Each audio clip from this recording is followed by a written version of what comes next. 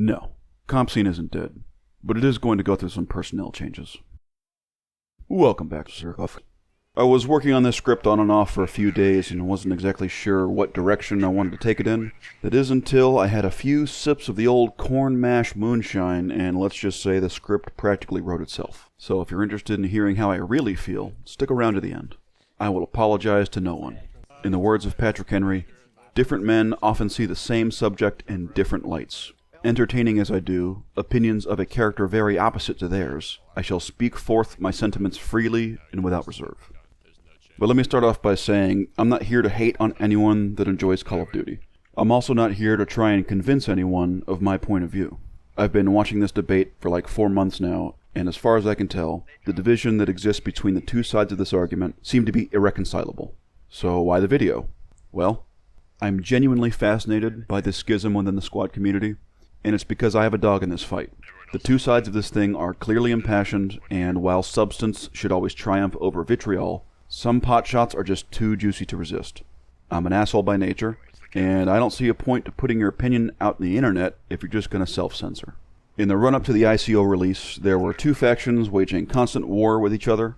On one side, you had those saying the developers were ruining the game, that the player base would leave, that they're destroying a game that loyal players already loved, and that the best players were all going to bail, that they were the ones that got the game to a top 50 player count on Steam. And on the other side, you had the people that were correct, the people that were fine with taking the game in a different direction, even if it was more niche, the people that were cool with letting OWI experiment, the ones that were saying that the player base was more likely to stay the same, or maybe even grow.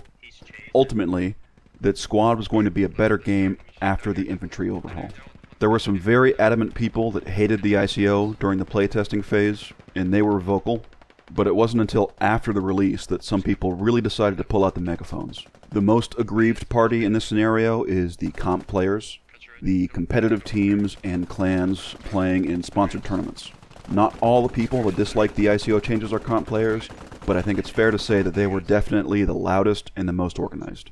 Those most likely to coordinate a review bomb on Steam and sit on Discord arguing on a Friday night instead of playing the game and adapting to the changes like everyone else. It makes sense that their main dig at the new players is that they're wannabe milsim LARPers. They obviously don't want the game to go in a more milsim direction, because if this were the military, they'd be thrown in the f***ing brig for whining so goddamn much. You might be surprised to hear that there is a comp scene in Squad. I was.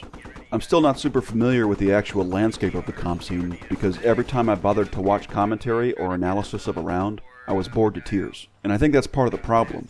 It suffered from a lot of the same symptoms that made Pub Squad unfun to me.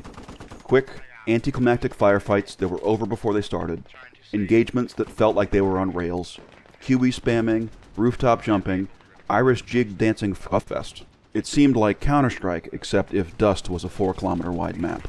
Perhaps the finer details of the comp scene are just going over my head. Maybe that's true. I'm not going to die on this hill. I just know I was bored watching it. In one sense, it's only natural that the comp scene stress tests game mechanics until they break. Breaking the game is part of the job of the comp scene, to bust things wide open and find every possible advantage you can and exploit it until you win, or at least until it gets patched out. A healthy, well-polished game should have a corresponding competitive scene.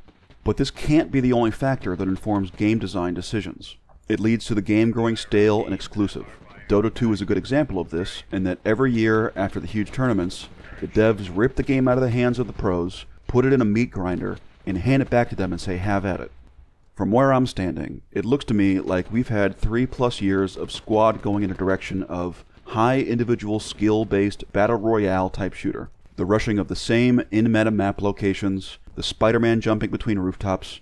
I mean, I was watching tournament clips, and at one point it was standard practice for transport helicopters to take out enemy helis by landing on top of them from above, thusly destroying their rotors. At a certain point, just cut out the bullshit and let players quick build Fortnite-esque towers. To be clear, it's fine if people enjoy that type of thing. I'm not trying to tell anyone how to have fun. But I am saying that when the devs finally do switch things up, and you try and take the ball and go home, I'm definitely going to laugh at you as we keep playing without you. Now that a major course correction is happening and things are moving in a less gamified direction, the amount of screeching coming from a certain section of the player base is cringeworthy.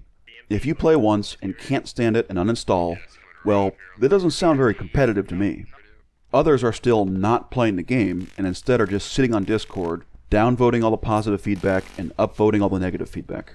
I've genuinely made a good faith effort to listen to a lot of their criticisms, and some of their complaints are fair, in that it touches on facets of how to design a video game to which there truly is no right and wrong side to be on, only personal opinion and personal taste. There definitely is an interesting discussion to be had around reality of input versus reality of output. If, by introducing unrealistic elements, you achieve more realistic outcomes, is the product better for it? That's a topic that deserves its own video. For now, I'll just say that a vast majority of the complaints I saw were entirely uncompelling. Emotional arguments made by midwits gatekeeping a game that they had cornered. And for anyone who just reached for their pitchfork, let me first say that some of the issues are legit. Not anything to do with gameplay, mind you, but for example, from their perspective, a game they've spent thousands of hours in is getting remade in a direction they dislike right in front of them. A game they paid full price for, and a game they now have no interest in playing. As an aside, $60 divided by 3,000 hours comes out to 2 cents per hour of squad played. There's an argument that you already got your money's worth, but let's not get sidetracked. I understand why that feels alienating. Why? Because when I bought Squad in early 2018, that's exactly how I felt, minus having sunk 1,000 hours into it. I remember when they first announced the split from PR on the forums about having licensed the Unreal Engine, rebuilding new assets, and modernizing things from the ground up. There was so much optimism, and I was happy to throw money at it because I supported the dream. Even back then, PR was a dated game, and there, and I mean this quite literally, were no other games that were even close to getting what this niche form of mil-sim adjacent, pub, teamwork-oriented type of gameplay did. Games that didn't aggrandize the individual soldier's experience, but instead encouraged a sort of collective brothers-in-arms mentality. The truth is, when I finally did get a chance to play Squad, I just never really enjoyed it. Did I bitch and moan about it? No. It was OWI's game, and they can take it in whatever direction they want. I just wasn't interested in a game that played like Quake 3, but with faster projectile speed and true-to-life asset design. And frankly, I was fine with paying for it, even though I never got more than 10 hours of play out of it, because PR was a free mod, and I was happy to help kickstart the team that helped make it. And before anyone says that Squad was always intended to go in a different direction from PR based on what the former CEO Merlin said, yeah, that's true. And OWI can absolutely take this game in whatever direction they want. And what does it tell you now that they're literally going back and lifting ideas directly from PR to incorporate in their new overhaul? Seriously, PR trailblazed a very specific and innovative type of game that frankly does not exist outside of itself, and for now, Squad 2. Because something truly magical happens when you nerf the hell out of the infantry experience. I'll try and be brief about it. When you make the infantry experience underpowered and slow and filled with struggle, what you actually get is a brutal and gruesome bare-knuckle fistfight that is multidimensional and challenging. And this is key, forces players to stick together and coordinate to achieve anything. Collectively nerfing infantry paradoxically improves the experience.